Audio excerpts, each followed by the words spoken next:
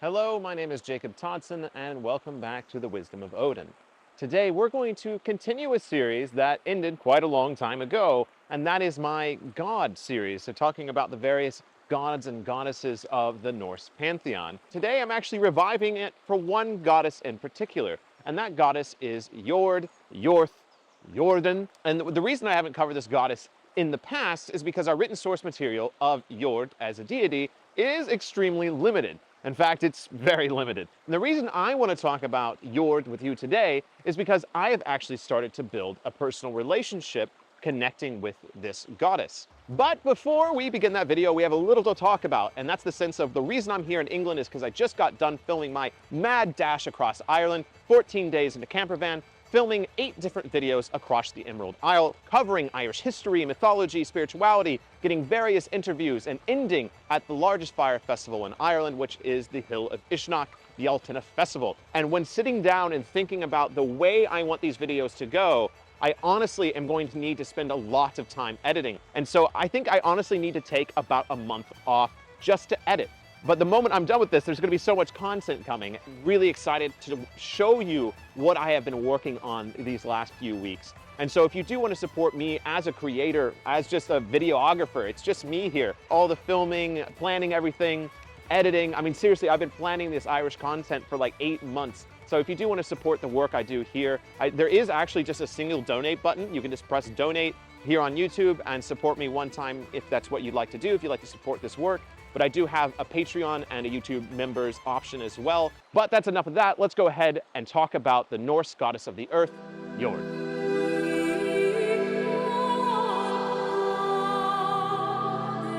How shall earth be referred to? By calling it Ymir's flesh and mother of Thor, daughter of Onar, bride of Odin, rival of Frigg, and Rind and Gunlod, mother-in-law of Sif, floor and base of winds, sea of the animals, daughter of night, sister of Odd and day.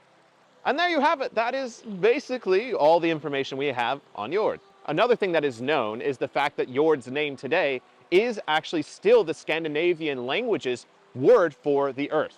So you have the Danish and the Swedish, which is Jorden, and then you have the Norwegian, which is Jord, and then the Icelandic, which is the more funny one, which is more like Jord. I think it is Jord. An American saying Jord's name is more like Jord, or Jord, Jordan. And that's why it's kind of weird, because I feel like you do kind of have to put a little Scandinavian dialect to it and say Jord. The main thing to take away, and the reason I'm saying this, is because it is interesting that the name of the earth in the Scandinavian languages, still in the modern language today, is Jord.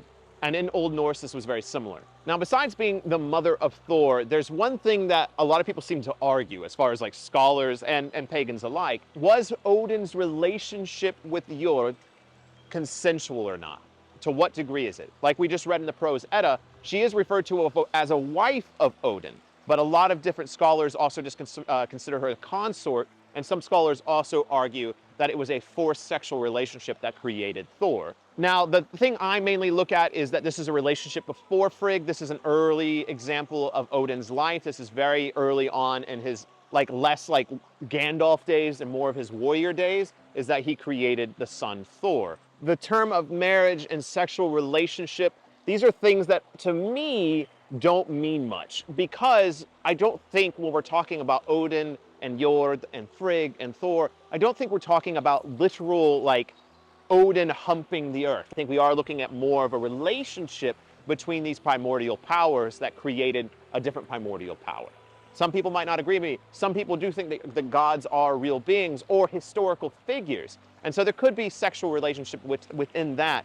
But I think mostly we argue this with deities like Jord because we have so little else to argue about. If you had to put me into a corner, considering that in the Prose Edda, it refers to her as a wife of Odin, and it refers to her as a rival of Frigg, it at least was a consensual relationship, if that's something that is important for you to understand. But at the end of the day, I think what is most important is understanding the relationship of Odin as a god of wisdom, war, and death, and the earth itself, and Odin being a creator god, slaying Ymir and creating the world.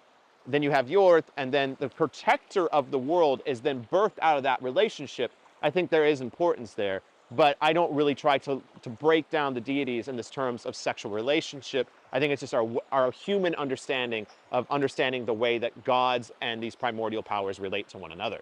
Now let's talk a little bit of comparative mythology, comparing Jord to the other known earth goddesses. And I think the big distinction here is there are localized earth goddesses, goddesses of the land, and the sense of deities such as Eru, the goddess of Ireland, the namesake of Ireland, Ireland, Ireland.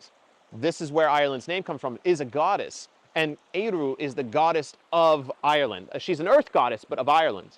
And in my research, I have also found that there was other earth goddesses tied to certain weather patterns, particularly in like South America and Africa. There was goddesses tied to just the wet season and the dry season. A goddess of the wet earth, of the dry earth. A goddess of specific regions is very common.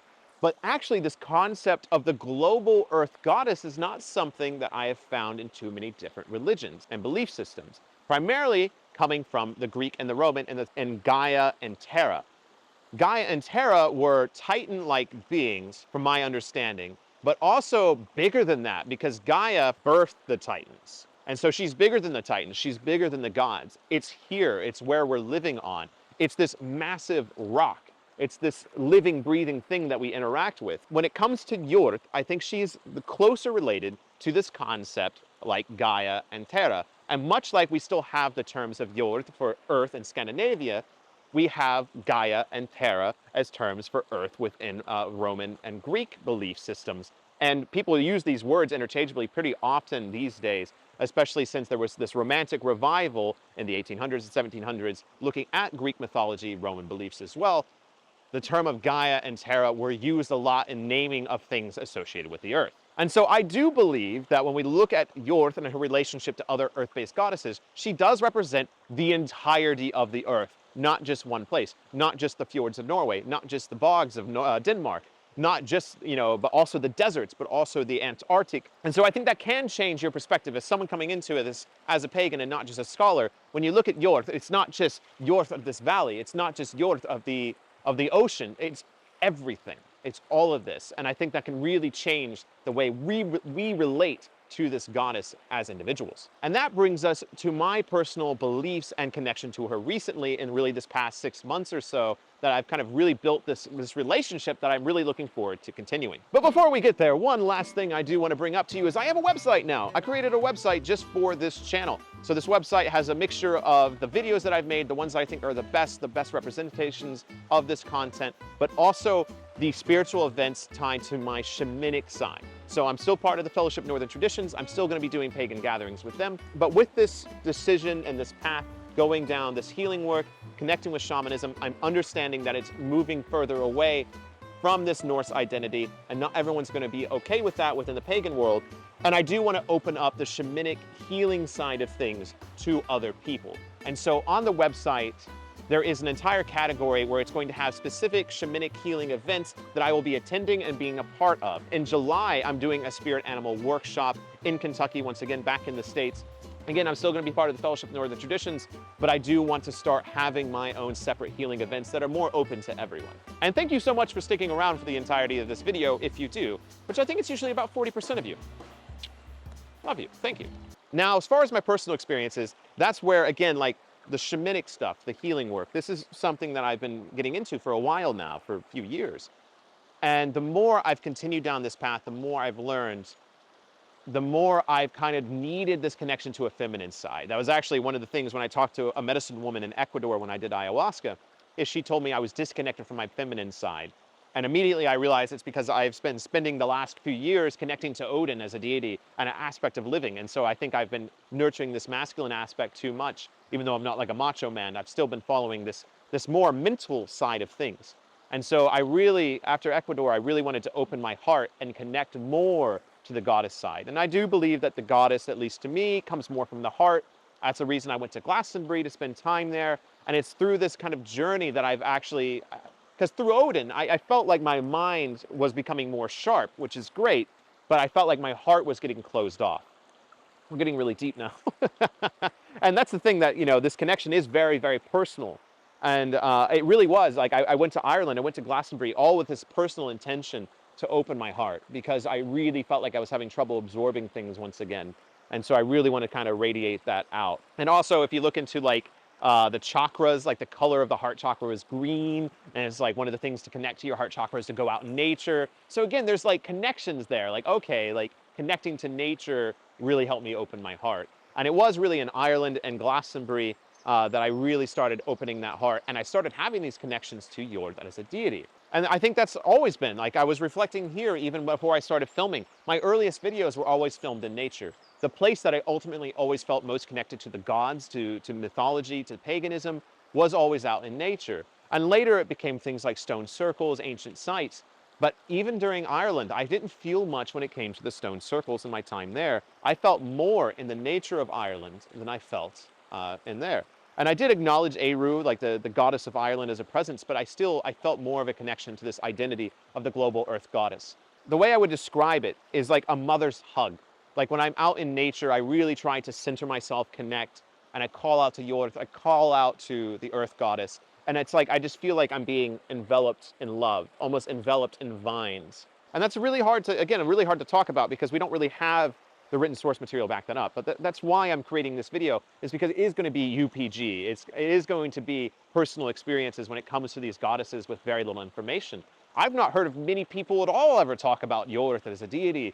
And so this is something that is kind of new for me to talk about because it is so personal. But yeah, it's just, to me, it's the loving embrace of nature as us as children of nature, as children of Mother Earth. You know, the earth is all of our mothers. And I think a return to Jord, a return to Earth Mother, is just a return to our mother, a return to the nature that birthed us. There is an element of this that is with the plant medicine that I've been working with now for some time, which is Hape, which you can read more about on my website. I do have an entire Q&A section because it is something that I'm offering to people. It's something I do for myself.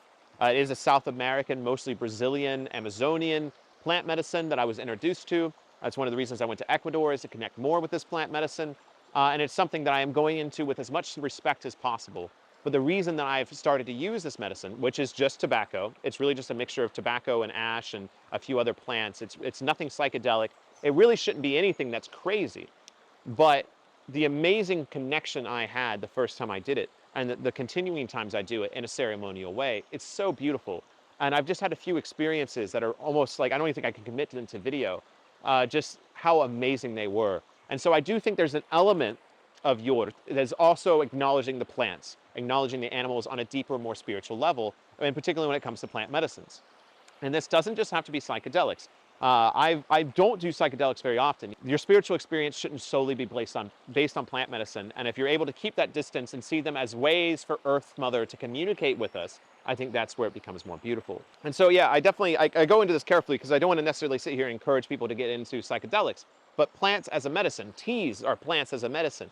You know, eating vegetables and fruits and connecting to the medicinal qualities of the plants, understanding the local ecology, understanding plant medicines outside of just psychedelics is all ways you can connect to the earth goddess, to Jord.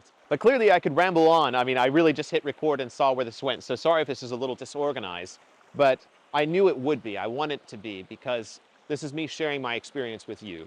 This is me, and that needs to come with a grain of salt. Anyone watching anyone's personal experience, understand this is me just orally sharing, much like our ancient ancestors would have as well. To me, this is how paganism needs to be shared, is we orally share with one another our experiences, our connections, our thoughts. And we all build that into our own understanding of the natural world, of the spiritual world.